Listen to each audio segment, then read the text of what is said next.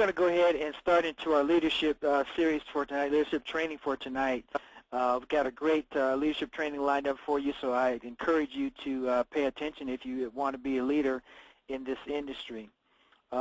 We have someone with 35-plus years of experience that is going through the series with us and teaching us. And I got to tell you, I am learning so much from this leadership series. Easy for me to say. So I encourage you to pay close attention. And as we go through our next subject, which is going to be the law of respect. Well, I appreciate that. So back to you, Dr. Brand. Well, good evening again, folks. And, you know, I am really enjoying doing this series because I learned a maxim in education a long time ago, and that is that mastery of any subject is facilitated by going over the same many times. And so, you know, it never hurts to refresh and retouch and relearn and re-experience the very factors that as you move into what's known as unconscious competence, a lot of times you simply take for granted.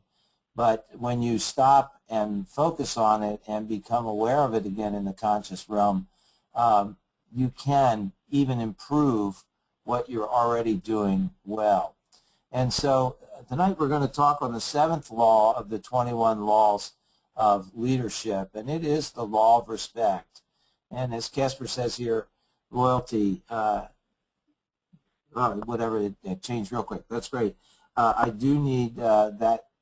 Okay, loyalty and respect takes trust a step further. Think about who you would follow no matter where they wanted to go and why. Could I have slide 2, please? The law of respect. And the tagline for this is that people naturally follow leaders stronger than themselves. Next slide, please. What generates respect? Oh, I'm sorry, no, slide 2, you're right there. The definition of respect out of Webster's is that respect is defined as esteem for or a sense of the worth or excellence of a person or a person's perceived qualities or traits. Next slide. What qualities generate respect? Well, let me tell you a story about what doesn't generate respect. I want you to picture a woman about 30 years old, 5 feet tall, with quartered black skin. She couldn't read nor write. The clothes that she was wearing were coarse and worn. When she smiled, people could see that her front teeth were missing.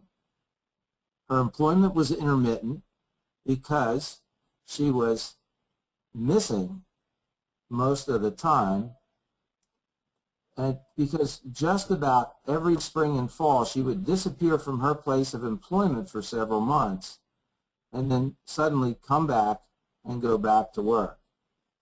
She was known to have bouts where she would suddenly fall asleep even in the middle of conversations, an affliction attributed to a blow to the head that she suffered during her teenage years. Now, you know, when you conjure up that image of a person, it would be difficult to understand that you could respect that person and a woman like that. Well, who would respect a woman like that? Well, the answer is more than 300 slaves who followed this woman to freedom out of the South through the Underground Railroad. They recognized and respected her leadership, as did just about every abolitionist in the North. The year was 1857. The woman's name is Harriet Tubman. The next slide, please. Harriet Tubman was famous as an Underground Railroad conductor, someone who retrieved and guided slaves out of the South with the assistance of sympathizers along the Underground Railroad. You see, the reason she was disappearing every spring and fall was that she was risking her life by going back to the South and returning with more slaves who sought the freedom in the North. She was fearless, and her leadership was unshakable. It was extremely dangerous work, but she was strong as steel. Between 1850 and 1860, Harriet Tubman guided out more than 300 slaves, including many of her own family members. She had single-handedly brought back more people out of slavery than any other American in history, black, white, male, or female. Now, Tubman's reputation and influence commanded respect, not just among the slaves who dreamed of gaining their freedom. Influential Northerners of both races sought her out. She was an accomplished speaker. People of prominence sought her out. Senator William Seward and former slave Frederick Douglass, names that are known to virtually everyone. And, her fame was greater than she, and her respect was greater than her fame. And that, folks, is the law of respect. Now, let's have the next slide. Harriet Tubman exemplifies the qualities that generate respect: character, consistency, courage, reliability, and vision. Despite her circumstances, Harriet Tubman became an incredible leader. And the reason is simple. People naturally follow leaders stronger than themselves. Everyone who came in contact with her recognized her strong leadership abilities and caring and felt compelled to follow her.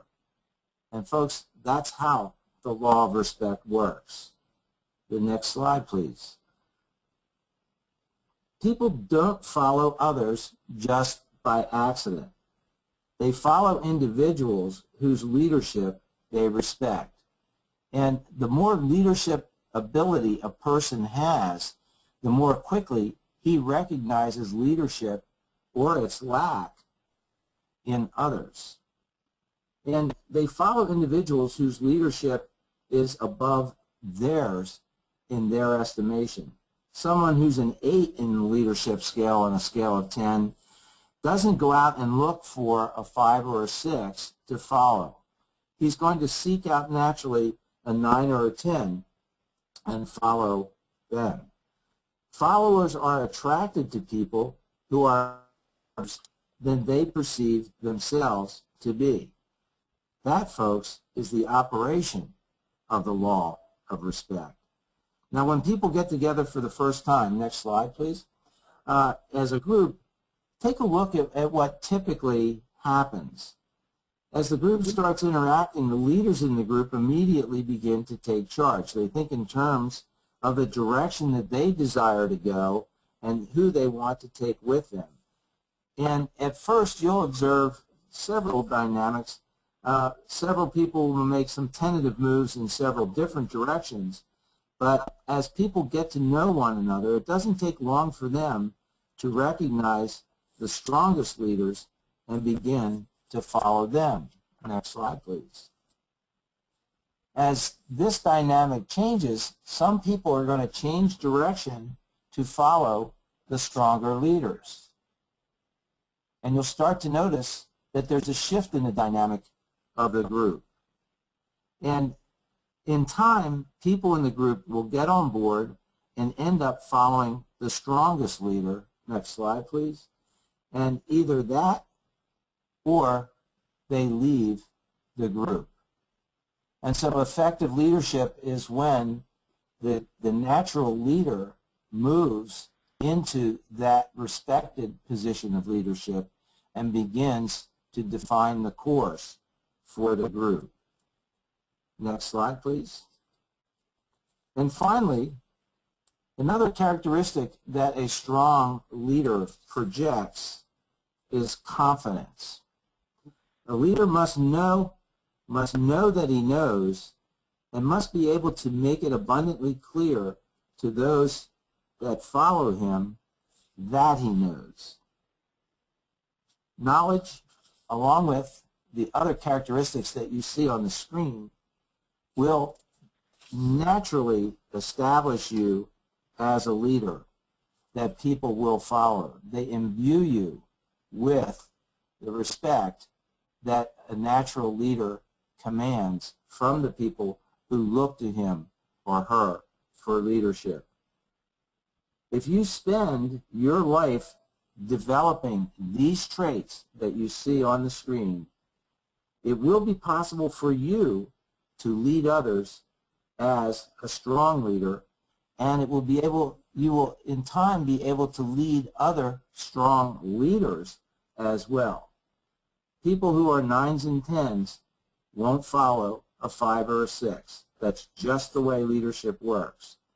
That's the secret of the law of respect, folks. That's the secret to being the true leader of your group. Next week we want to cover law number 8, the law of intuition. So I hope that you'll make it a point to join us next week and bring your friends and prospects and partners along with you. Thanks very much. I am Dr. Fran Clark, and back to you, Casper.